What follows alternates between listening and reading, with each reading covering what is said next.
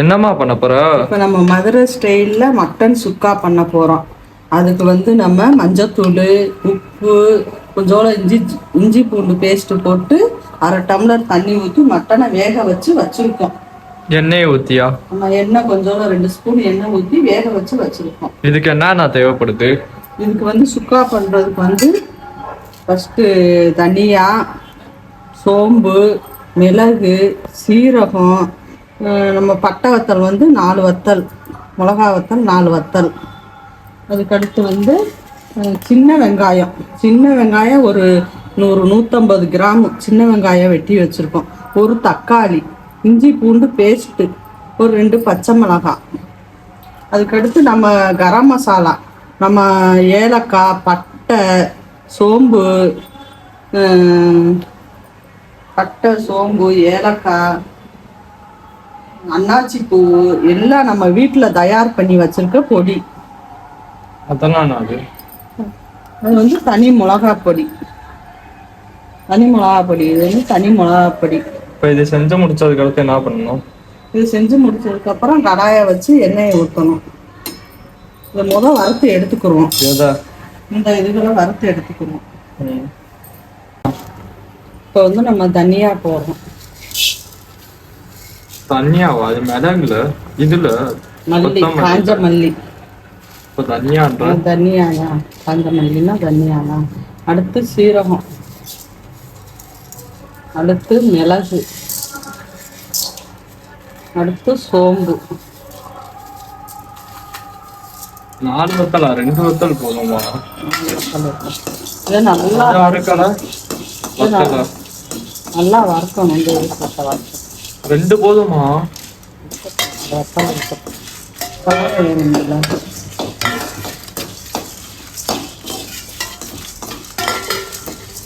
எவ்வளோ நேரம் வறுக்கணும்? ஒரு 5 நிமிஷம் போதும். 5 நிமிஷம் வறுத்தோம்னா போதும். 5 நிமிஷம் நல்லா வறுத்து கொஞ்ச நேரம் காய விடணும். காய விட்டு நல்லா மிக்ஸில் போட்டு நல்லா பவுடர் பண்ணிக்கிறோம். பவுடர் பண்ணுமா?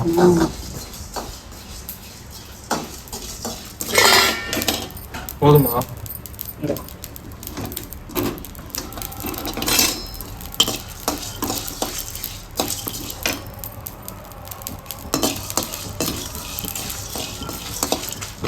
இதே நல்லா வறுக்கிறதே கமகமன்னு வாசம் வரும். தனியா, மிளகு, சீரகம், சோம்பு போதும். இதையில எண்ணெய் ஊற்றிக்குவோம். எதுல எண்ணெய் ஊற்றணும்? கடாயை வச்சு எண்ணெய் ஊற்றி. எதுக்கு? இந்த சுக்கா பண்றதுக்கு.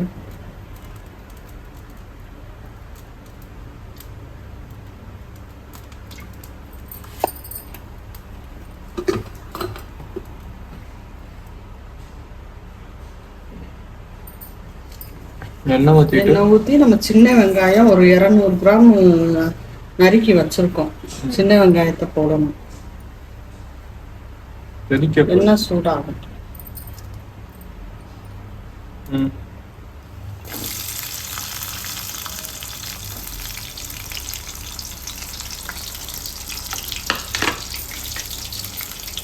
இது அரைக்கலையா? இந்த அரைக்கணும்.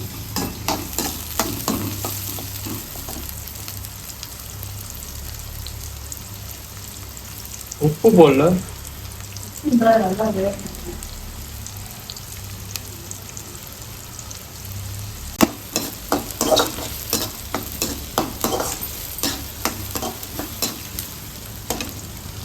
கருவேப்பிலை ஒரு 2 கருவேப்பிலை வச்சிருக்கோம். நல்லா கருவேப்பிலை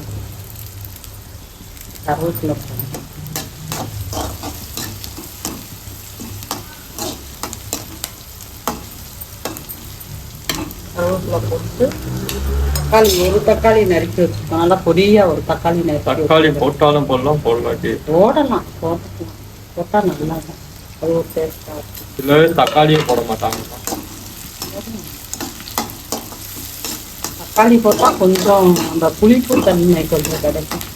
அது நல்லா இருக்கும்.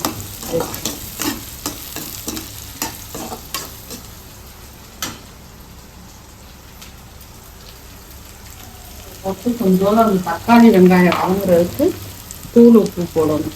சால்ட் உப்பு எத்தனை ஸ்பூன்? இன்னும் ஒரு ஸ்பூன் போட்டால். நீ ஒரு 4 ஸ்பூனை போட்டு விடுமா? ஆனா போதுமா?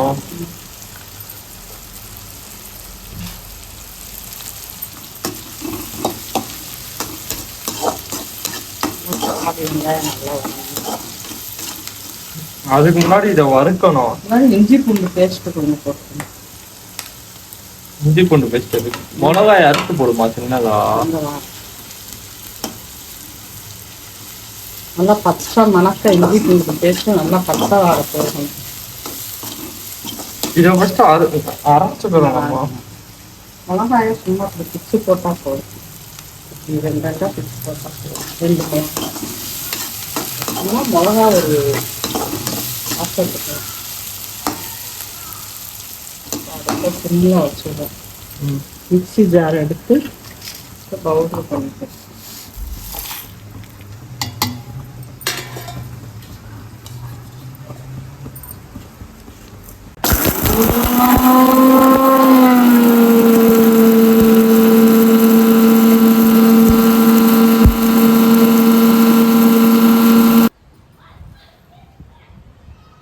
இந்த மாதிரி நல்லா கொஞ்சம் நல்லா லேசாக சொரன்னு தெரியணும்.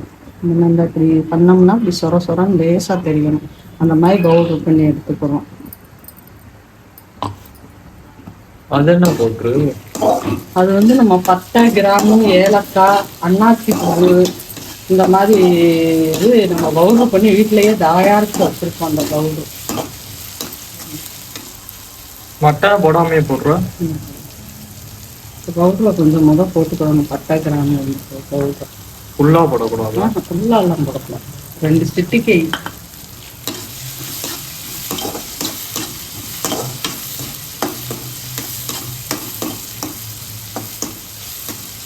போட்டு என்னங்கிறோம்னா இந்த மட்டனை போடணும்.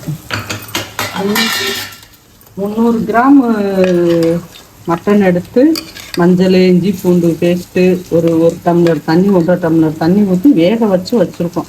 அப்படியே இந்த தண்ணியோட அதில் கலந்துடணும்.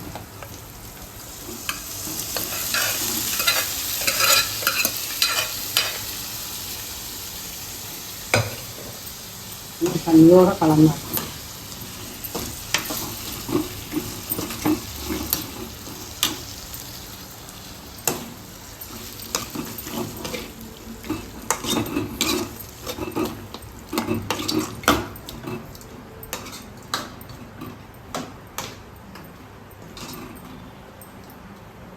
எலும்பு போட்டிருக்கோம். ஒரு 100 கிராம் எலும்பு சேர்த்துருக்கோம்.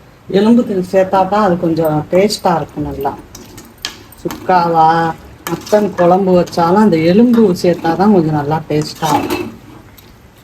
உரி எலும்பா? ஆமாம், நல்லி எலும்பு. இது நல்லி எலும்பு. இந்த பொடியை போடணுமா?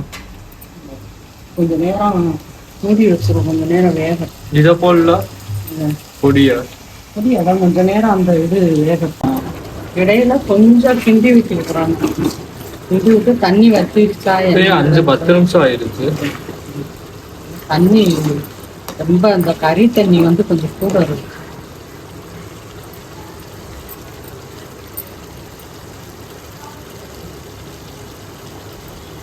போட்டுருவோமா? இப்போ நம்ம அரைச்சி வச்ச பவுடரை இதில் போட்டுருவோம்.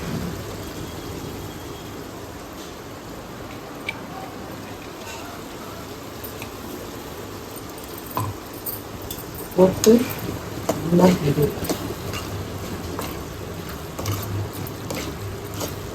நல்லா வாசனையை பார்த்து நல்லா கம்மன்னு அரைச்ச பொடி நல்லா வறுத்து மிளகு, சீரகம், சோம்பு, மிளகா வறுத்தால் கலரே வருது. நல்லா வறுத்து நல்லா அரைச்சோம். நல்லா கமன்னு நல்லா வாசம் வரும். இப்போ வந்து கொஞ்சோள தனி மிளகா பொடி கொஞ்சோள சேர்த்துக்கணும். கீழே போட்டிக்கிறாரு.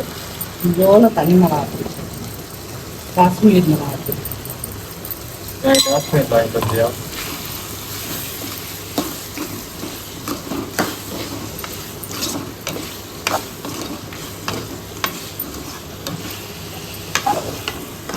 அது மல்லித்தூள் இறக்கிட்டு நல்லா இருக்கா? இப்பயே போட்டுமா?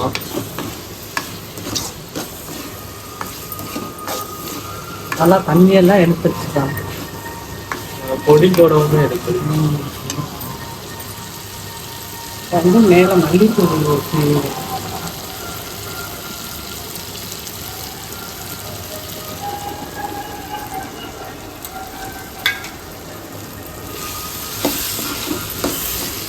பார்த்துக்கணும். இறக்கிட்டு கூட தெரியும். கொஞ்சம் வதங்கிருங்களா அந்த மல்லி வாசனை அதோட நல்லா கலந்துருங்க. மல்லி செடியோட வாசம் வந்து நல்லா இந்த மட்டன்ல வந்து கொஞ்சம் கலந்து.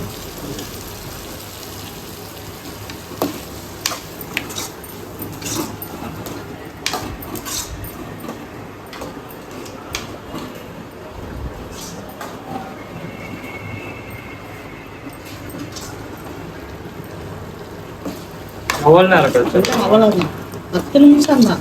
மல்லி கொஞ்சம் கூட ஆயிடுச்சு. இறக்கி அந்த இலை தட்டில் வச்சு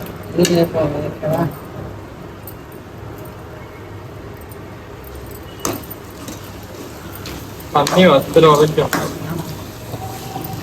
அந்த சுத்தா கொஞ்சம் தண்ணி இல்லாமல் கிடைக்கிறோன்னா ஆத்தரை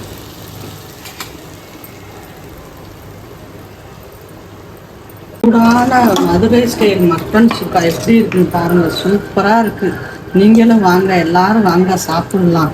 நல்லா இருக்கு. நீங்களும் இது மாதிரி ட்ரை பண்ணுங்க, ஃபாலோ பண்ணுங்க, இந்த சேனலை சப்ஸ்கிரைப் பண்ணுங்க.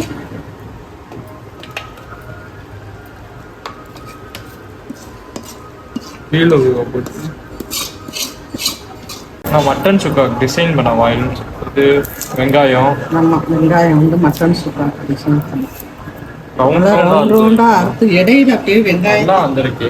நல்லா வந்திருக்கு. கடையில் வைக்கிற மாதிரி.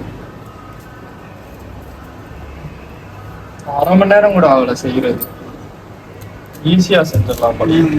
ஈஸியான அதிக மட்டனா இருந்தா ஆனால் லேட் ஆகுங்க. குக்கர்ல வேக வைக்கிறது தான் நேரம். எவ்வளோ நேரம் வேக வச்ச குக்கர்ல? குக்கர்ல ஒரு 4 மணி நேரம் இருக்கு. ஒரு 4-5 விசில் விட்டோம். அவ்வளோதான். நெக்ஸ்ட் வீடியோவில் நெக்ஸ்ட் பாட்டு போடுறோம். மறக்காமல் சப்ஸ்கிரைப் பண்ணி வச்சுக்கோங்க. சூப்பராக ரெடி ஆயிடுச்சு மதுரை ஸ்டைல் மட்டன் சுக்கா.